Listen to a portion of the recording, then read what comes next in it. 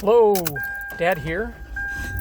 It is Sunday, the 11th of July, 2021.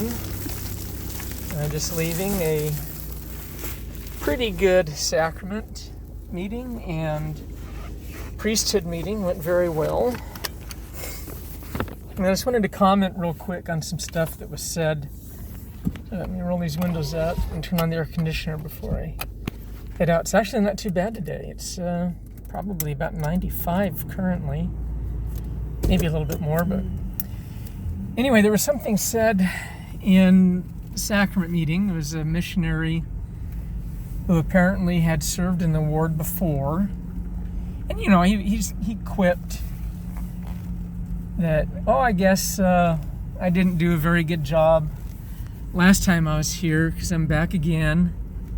And everybody got a chuckle, and I've heard people say this before from the pulpit about, I guess, they've been called again to whatever position that they've been asked to serve again. And I said, I guess I didn't do a very good job, so I'm back. And, I think we need to be really careful when we say something like that, because one, maybe they honestly believe that. Two, maybe they don't believe that, but somebody in the audience may be so inexperienced or so unaccustomed to the church and how callings happen that they think, oh my gosh, maybe that is the gospel truth. And if they get called, years down the road to a similar calling or the same calling again, they might think, oh man, I'm under, condemnation, and I have to prove myself because I didn't do it very good the first time. So I think it's really important that we be careful what we say, or at least if we do joke about that we clarify that what they said was false doctrine. And I really feel very strongly about that is false doctrine, even though they're joking about it, or possibly joking about it. Because one, we serve at the Lord's behest. And unless there's some mitigating circumstance, again, I need to clarify this. There could be circumstances that might preclude us from serving, even though the Lord inspired somebody to call you to a position or to a calling. There might be something that the individual who felt the inspiration didn't know about, or they may have received your name in answer to a prayer, thinking it was to fulfill that calling, but in reality, it was so a circumstance or an issue in their life could be brought up and could be addressed by that leader. So receiving callings and extending callings can be for different reasons. All right. So another thing I wanted to mention is that, yes, we serve at the Lord's behest, and we serve where the Lord wants us to, when He wants us to, for as long as He wants to, because that's the way it is. And it could be because, one, we have something to learn from that calling, or two, somebody else can learn something because of our service, our serving that calling, or three, both you or another person or group of people can or need to learn something from that calling, or fourth, maybe it's just the work needs to get done and you're available.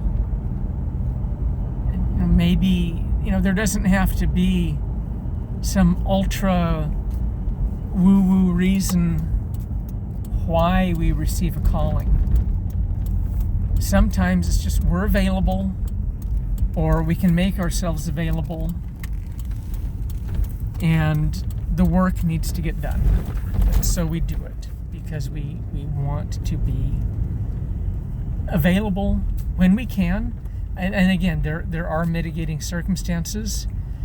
If there's reasons why we can't, or we feel that we can't, bring those up. Discuss them with the priesthood leader. Unfortunately, sometimes people, they come into the church and they feel that it's never appropriate to say no to a calling. But if you're feeling overwhelmed, if you're feeling, exhausted because you're working 18 hours a day, maybe the person needs to know that so they can, one, feel inspired to release you from that potential call, or two, to modify the calling, or three, say, okay, so we have something else we need to address. Maybe somebody needs some help, with learning to say no. Maybe somebody needs help with time management. Maybe somebody needs help with a change of careers, or starting a different business. There's a lot of things that go into it. And another thing, real quick, it's already 7 minutes longer than I wanted it to go. When somebody receives revelation, they're serving in a calling, and they might have responsibility for extending callings or authorizing people to serve in different callings.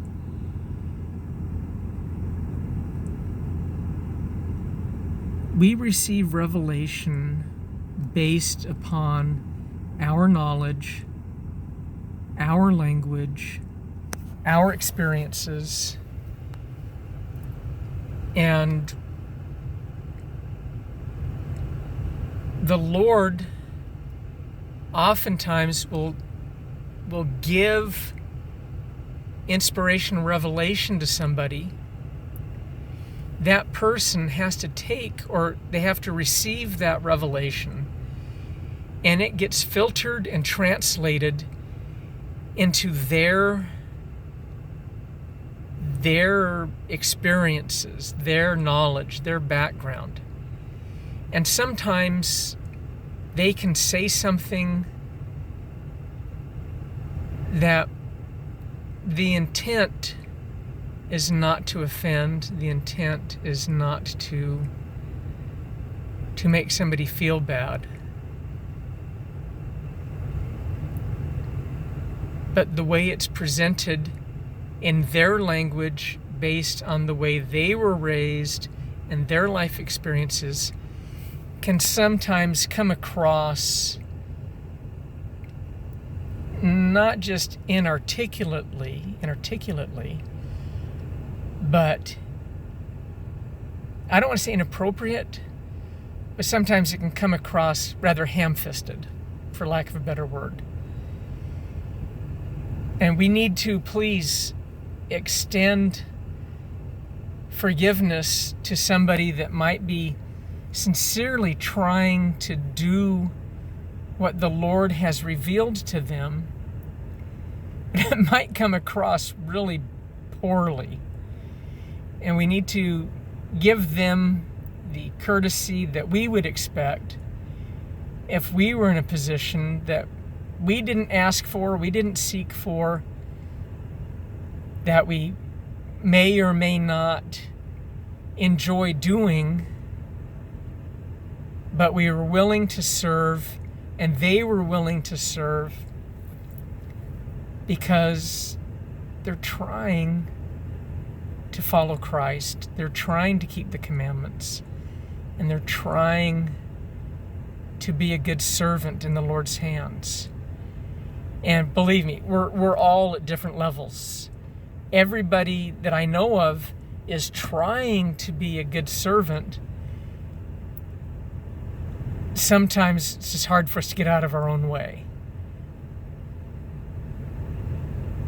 Okay, so that's all I wanted to vent about. That's all I wanted to talk about. I love you. Thank you for spending time with Dad. I'll talk to you later. Bye-bye.